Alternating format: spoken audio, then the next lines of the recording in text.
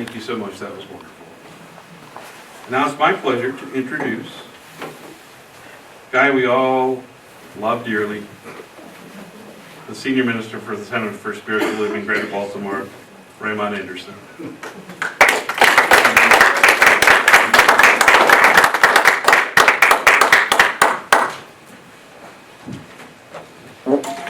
So how's it going? Awesome! Sounds like the after effects of turkey are still affecting some of you. And so, how's it going? Great. Okay, so I'm not even, at this point, I don't even care anymore. I'm not even going to ask. So, I know you don't, because I know you are the spiritual folks.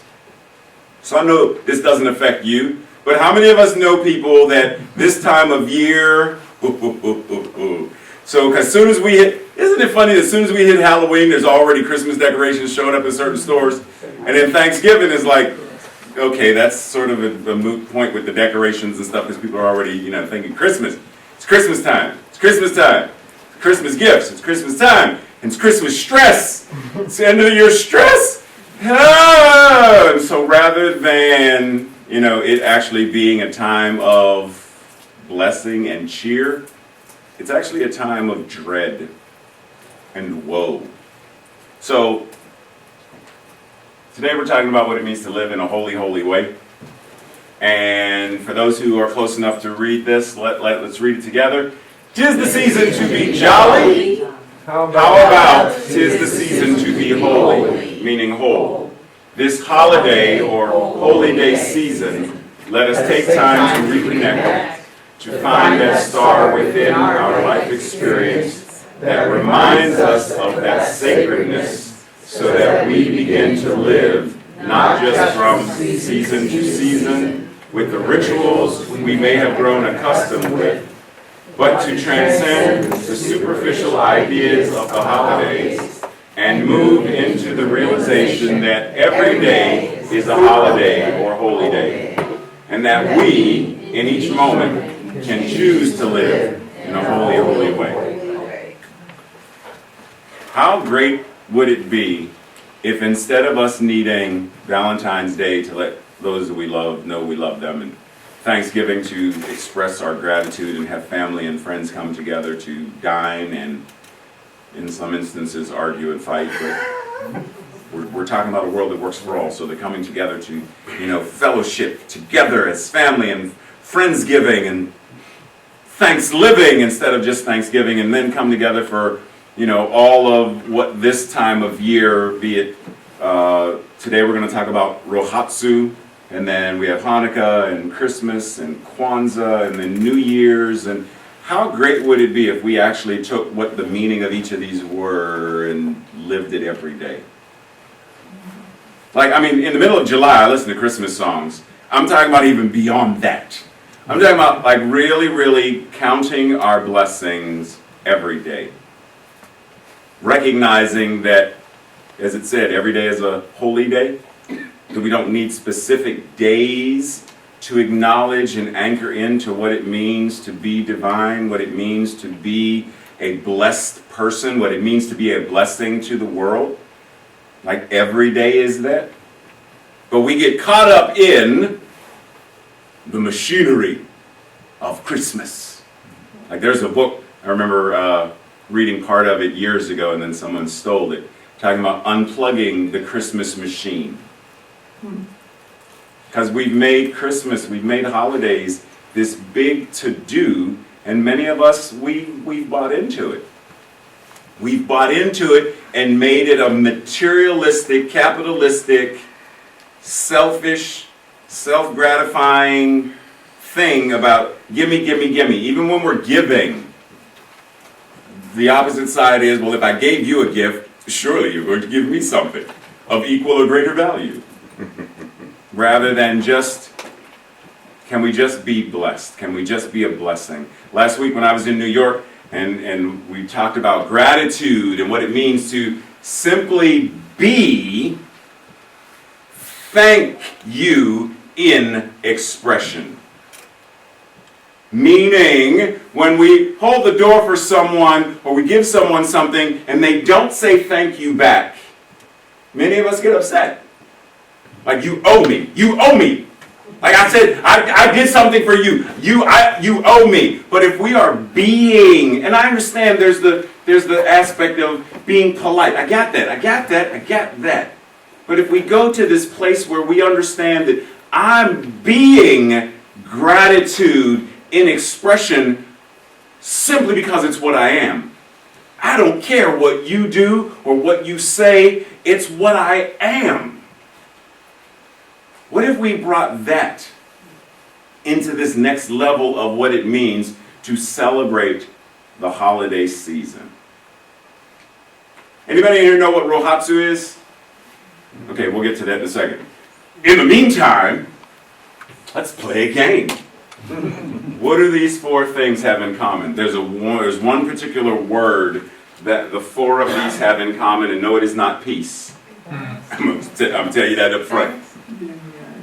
Balance. Give you a hint. Harmony. Starts with a W. Come on, people. Wholeness. Wholeness! Thank you! Yes. So, shalom, one of the etymology of one of the key root words, key meanings of shalom, we typically know it as being peace, but it is wholeness. Rohatsu is the day when many Buddhists celebrate the day, the morning that the Buddha became enlightened. Rohatsu simply means the 8th day. So it's the 8th day in the last month of the year. Flower of life, made up of a whole bunch of circles interlocked and crossing like a Venn diagram, and it goes out, and actually it's the same thing that our cells do when they replicate, and then yin and yang, balance, or to be whole. So what does it mean, though, to be whole? Well, let's go here first. For you, if I were to ask you what is enlightenment, what does that mean? What do you say? What does it mean to you? There's audience participation. Recognition of the divine within. Recognition of the divine within. One. Give me another. Give me another. Connection to your higher power. Connection to your higher power. Give me at least one more. Awareness? Awareness. Cool. So based on that, are we not already enlightened? On some degree, some level, because we have what you already mentioned. And one interesting thing just about this guy, Siddhartha Gautama, when Siddhartha, sitting under the Bodhi tree, became enlightened, the story goes that he was enlightened, but that his enlightenment was so profound that it enlightened all sentient beings. So if we're already that which it is, we already have this awareness and this connection, and like we already have this, are we living from that? That's the question. See, because simply knowing it and simply having it and simply that's one thing, but to actually live from that awareness, to live as if we are whole, is a completely different thing.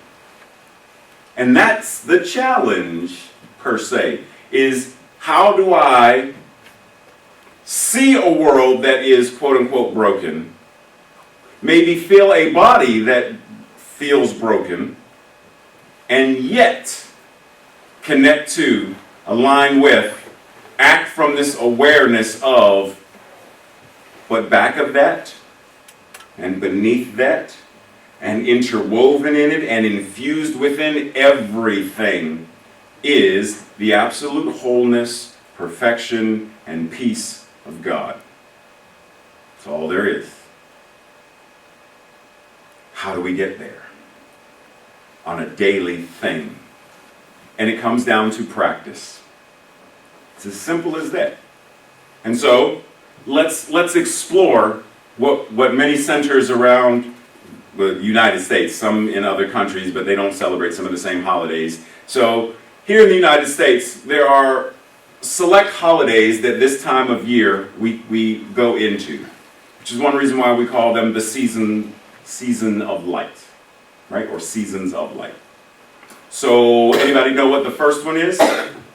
The winter Winter solstice. So there's that time of year when the folks way back when were like, oh, wait a minute. It's getting dark. It's dark later. It's darkness. It's dark and it's cold. What's going on here? It's dark and it's cold. I don't like this. These are the voices that Jim was talking about. So they created rituals around this idea of what it means to honor the light, to represent the light. Because the light represented life and warmth and health and wholeness. And that Hanukkah. And this is specifically a menorah. Oh, so we know a little bit of something. Cool. So there's this, and we're going to talk more about this as the time gets closer. But once again, lights. So that's two specific holidays, holy days, times of year when light is important to folks. Oh, then? Christmas. Okay, I got ready to walk out. So then we have Christmas, from the Star of Bethlehem signaling for the three wise men and everyone else, that the birth of Jesus, which some were off picture, but the manger and this idea that this presence, the Christ presence, is now into the world to remind folks. And then here we go with our representation of the lights, in terms of the lights on the house and the lights on the tree and the lights around the fireplace. But once again, it's the symbolism of what it means to be light. And then, Kwanzaa. Once again, the lights, representing one for each day, and the connection of family and ancestry and community. So once again, there's this idea of lights. So you remember what Rohatsu was? Eighth The day. day that the Buddha became enlightened. Eighth day. The eighth day, thanks. Of the last month. Oh, eighth day, somebody out there listening. So because we know that Ray loves words and etymology of stuff, let's go here. Enlightenment, noun, 1660s. Action of enlightening, coming from the joining of the word enlighten and ment. Okay, so, and not meant like a breath mint. Anyhow. Enlighten, a verb, late 14th century. To remove the dimness or blindness, usually figurative, from one's eyes or heart. Oh. From the 1660s, a supply of intellectual light.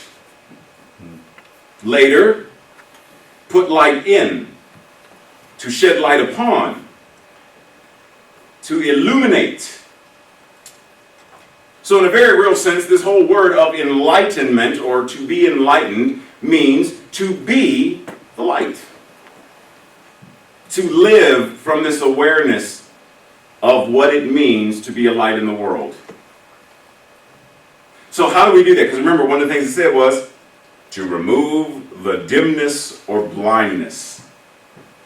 So how many of us, on a daily basis, have something, you don't have to raise your hand, just think to yourself, have something, some weight, some pressure, some angst, some worry, some frustration, something we're wrestling with, some problem, some circumstance, something that is preventing us from actually seeing the truth of our being and the truth of being in general. Like on a daily basis, one of the things in our spiritual economics class, we talk about this idea of what scarcity is. So how am I supposed to see the abundance of and the prosperity of when I've actually got 2 nickels that I can rub together, and that's literally all I have right now. When I may have been one of the federal employees who was furloughed. I don't get a paycheck. But you want me to connect to the infinite all? Don't have a paycheck. Child care, and like they still want their money, and I don't. Ray said be in the flow, and he said go beyond being in the flow. He said be the flow. I don't know what he's talking about, and I'm mad right now. I want to hit him because he's talking this craziness. relationships, family, health and well-being, wars and rumors of wars. Like, it's challenging to remove the blindness and the dimness. And I love that specific, the dimness. How do we shed that, remove that? In other words, how do we take the dimmer switch and turn it up? To bring more light into the world. Because see, the funny thing about this whole, we talk about winter solstice, and we talk about sunrise and sunset and the changing of daylight savings time, and blah, blah, blah, blah, blah. The sun doesn't move. Like, we get that. The sun doesn't move. So sunset, the sun ain't moving. Sunrise, sun ain't moving. Sun is just boop, chilling in the sky. I'm here. Shine, shine. Tracy's like, don't sing. Shine, right? Just chilling. Okay, so this illusion of sunrise and sunset, oh, it's because we move. We change our perception of. Because we either move away from and rotate away, or we move and rotate towards. So what if that is an actual astronomical, astrological demonstration of what we do in our own lives? That which is the light of our being, the truth of our being, never moves, never leaves, never dims. It is, and yet we choose if it's a sunrise or a sunset. We choose if the light is on or the light is off. We choose by our own awareness of what the light is, where the light is. Because one of the things it says in the Bible in Psalms, I lift my eyes, I will lift my eyes to the hills from whence my help comes. Okay, so the help is there. But if I'm doing this, that's what I'm going to see. But if I lift my eyes up, raise my consciousness up, lift my countenance up, then I'm connected. Then I see, then I recognize, then I understand. So part of the practice then becomes, how do we shift our countenance on a daily basis? How do we lift our eyes on a daily basis? How do we anchor and connect and reconnect on a daily, moment by moment basis? Because see, this is why I don't just talk about spiritual practices just being meditation, just being prayer, just being chanting or whatever it is you do, tap dancing for some.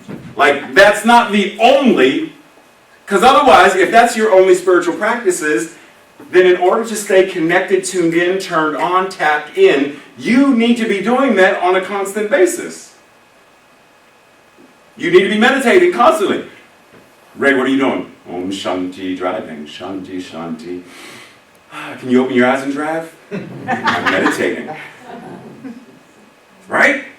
Well, you can't do that. And as much as I would love to make my life a musical, Tracy would get tired of me singing everything I'm doing. Hey, Tracy, I'm going to make dinner. I'm going to make a meal. Like, at some point, she's like, I need to go meditate. That's why I say that when we connect to this idea that everything is a spiritual practice. Way back when I used to question this idea of, well, how am I supposed to pray without end? Ceaselessly. Unendingly. I don't understand how to do that. What was that second song we sang? Our thoughts are prayers. Our thoughts are prayers. Our thoughts are prayers. And we are always praying.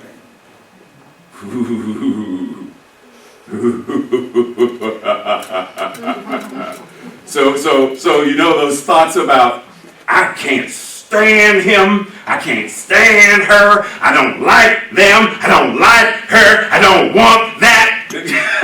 That's a prayer. That's a prayer. That's a prayer. That is a prayer. And the more we do it, it becomes a mantra. So when we are thinking, See, one thought, cool. 2, 3, cool. But when it becomes the new default setting of, I don't like, I can't stand, I just wish that, and angst and pain and misery and scarcity and lack, and I can't, and never, and won't, and that becomes the new song that the cells of our body are now vibrating and singing in unison with us. What do we expect to manifest? What do we expect to demonstrate? When those thoughts are the prayers that we are aligning with, be careful what you ask for. Not that you just might get it, but you will. Because what we know in this philosophy is, by your thoughts, they create. By your thoughts aligned with and your feelings, you create, you manifest, you demonstrate, you align, you draw towards. So how do we now realign, reacquaint, refocus, not just on a superficial manner? In the same way we just had Thanksgiving, and for those who aren't friends on Facebook or may not go to my page on Facebook or whatever, Thanksgiving is also referred to as the day of, starts with an M, for many indigenous Americans, the day of mourning, because it represents, see, when I was a child in school, we made the little pilgrim hats and the little cornucopia, and we celebrated and the whole 9 yards. No one taught us that those colonial folks that came in there, they killed the Native Americans. They killed the indigenous Americans. They killed the first Americans.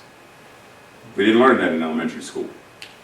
Well, when I grew up and I learned that was part of history, it made me shift and change how I see the holiday. How could it not? But then I got to this point where I said, you know what? I don't celebrate holidays the way the average person does. So I don't do Thanksgiving, I do Thanksgiving. I want my life to be a demonstration of gratitude. So for me, it's the same thing as we move into this season of life.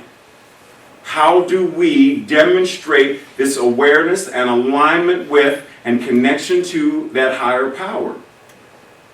Select one thing in your life that you feel is like it's not working. I don't like it. It comes up on a regular basis in my mind. Rather than lifting my eyes, rather than turning the dimmer switch up, because of this thing, what I tend to do is turn the dimmer switch down. What do we say? Misery loves company. So when we get into this place of whatever that is, and I'm not saying, to make fun of, but I'm saying this place of where we want the energy of empathy and sympathy and nurture me, care for me, and we want, so we give our power away. We turn the dimmer switch down. It's easier to sit in the darkness and curse the darkness than it is to get up off the comforter, go lift the blinds or flick a light switch or do whatever. That takes energy to get up or clap on, but you got to install that first. Anybody got one of those? But you have to install that first. Well, now you say, Alexis, turn the lights on. No, you get up and turn them on yourself. I heard what Reverend Ray said on Sunday. And even that, you have to order it. You still have to connect it. Like it doesn't just boop, it's, oh, there she is. How did she get? Like it doesn't just materialize. That takes work. So it takes work to move into this new way of being. So a couple of Sundays ago, this gentleman, who many of you may know, we had this short conversation and made this comment about, many people refer to the body as a temple. But for many, the body is seen as an amusement park. So there are those who respect it, and those who simply are amused by it. Remember that yin and yang? What if there's no difference? Like, what if there is absolutely no difference between being in the sacred and in being amused by, being enjoyed by, being in the presence of that which is? Because the amusement isn't just about, ha ha ha ha ha, I am so amused. It's not, it's about enjoying and having fun and being immersed in. This is why Walt Disney, when he created Disney World, one of the things he did, went to the concession stand over here, got a hot dog and a drink and some popcorn or whatever, and he just started walking and eating and drinking and eating and drinking and walking and eating and drinking and walking till the hot dog was done and the popcorn was done and the drink was done. Now I'm empty. I got paper and a card paper. It's all it's trash now. And he looked around, and the garbage can was way over there. And he said, if it took me this long to get here to be empty, there needs to be a garbage can here. And I mention that because in his mind, form and function of this thing called amusement park, theme park, were one and the same. For him, it was about this total immersive experience of fairies and dwarfs and Snow White. Oh my! And I'm done. And having this feeling of, I don't need to destroy or litter this beautiful and amazing place. So what if seeing and recognizing the body as a temple that is filled with light and a place to be enjoyed and amused, a place to recognize and have fun with the mutual cohesive respect. What if that becomes the practice of how we live each day, how we think each thought, how we meet each person? Not just recognizing that the light in me is whatever the light in me is, but seeing Don and recognizing the light in him. Seeing Henry and saying, you know, Henry, happy birthday. And not just saying happy birthday because it's the polite thing to do. And yes, it is his happy birthday, so make sure you say happy birthday to him. But not simply saying it because it's a polite thing to do, but because there is love welling up in me that says, I appreciate that man so much. I want to celebrate the day that Spirit said, I am showing up in this form called Henry. And so I say happy birthday to recognize and remember and honor that. That's spiritual practice. And it comes from, it is birthed from, it moves from this awareness. God is all there is. God is cutting the turkey. Vegan turkey, FYI. But it's God in action. It's God eating. It's God as temple. It's God as amusement park. It's God as one and the same, living and moving and having its beingness in, through, and as all that is. So how do I connect to that? And have fun. Thanksgiving shouldn't be about work. It's about gratitude. Christmas shouldn't be about work. It's about being a blessing to give. Whether you get in return is not... The three wise men were like, look, listen here. We going to see who? Somebody, Mary and who? Mary and Joseph. What about them? Yeah, I heard about them. What do you mean they had a baby? They ain't even married yet. They had a baby. Oh, okay, so what we doing? We going to give them gifts. They giving us something? Because you know I ain't traveling on these mules and the camels all the way following that star to get all the way over there. We brought gold and frankincense and myrrh. We brought the good stuff. They better be giving us something too. They didn't do that because it wasn't about that. We give because we are spirit, giving to and through and about itself to itself. So when I say happy birthday, that's God, Spirit, the infinite I am, saying happy birthday to itself, through one incarnation to another incarnation, but there's only one. So choose one thing in your life today. Pick that one thing that is that source of darkness, that is that source of blindness, that is that source of not enoughness, not worth enough, not something enough. And recognize and put into practice whatever that means. If that means calling Ray and having a conversation with Ray, then do it. If that means contacting Heather or Sue or Marianne or Frank or any other practitioners in the room, if that means contacting and saying, I need prayer, I want prayer, align with me, help me, then do it.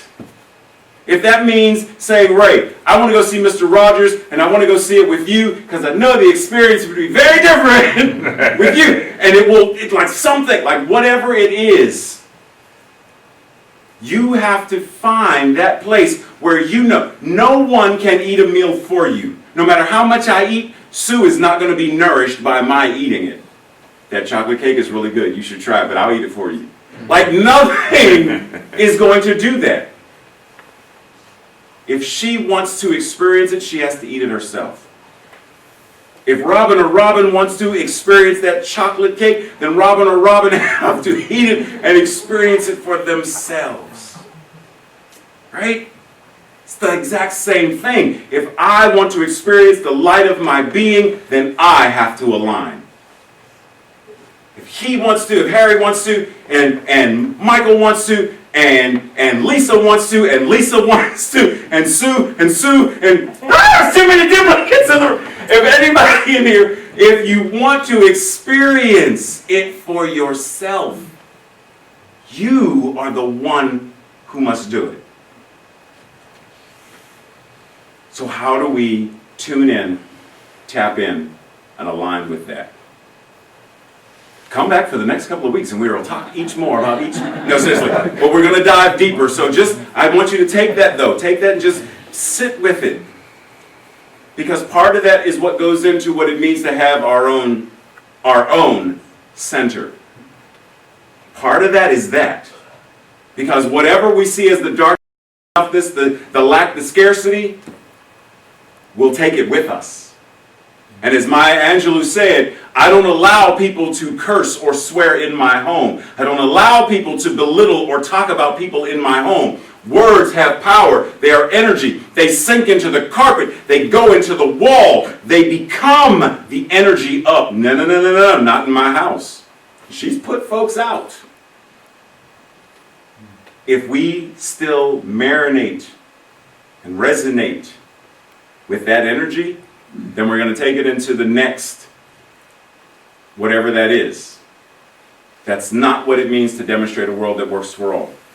So today, let's commit to this idea of how do I make my life work for me? What does it mean for me to remove the discord, disharmony from my life and let my life shine so that I can live in a holy way, a fully and completely way that is holy, meaning whole.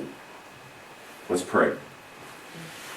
Anchoring into this stillness that Heather laid the foundation for, anchoring into this divine and right moment, anchoring into this breath, knowing that this breath is breathed by creation itself, breathing itself, divine and holy Ruach, the breath of God, breathing itself in, through, and as each and every one of us.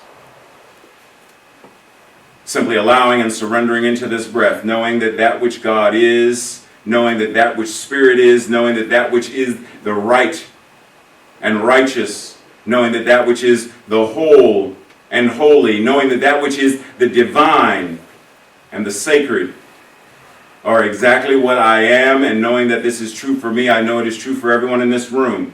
That which Spirit is, that which God is, that which life is. There is one life. That life is whole, it is holy, it is perfect, it is complete.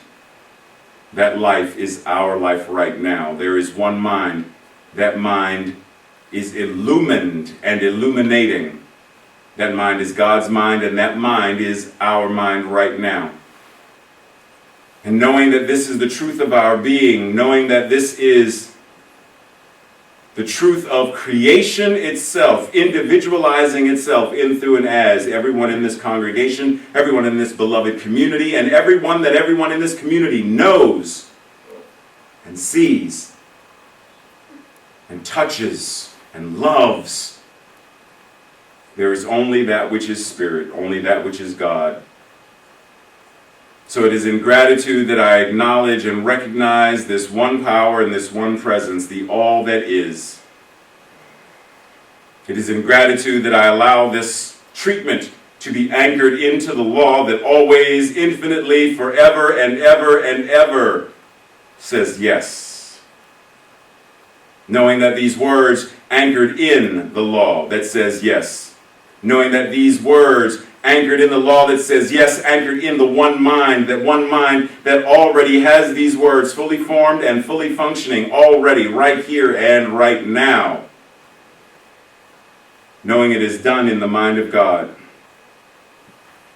Knowing that there it is done, it must be done here in like manner, as above, so below. Surrendering this by declaring the truth of it being so, I and this community declare this by together saying, and so it is. Amen. Amen.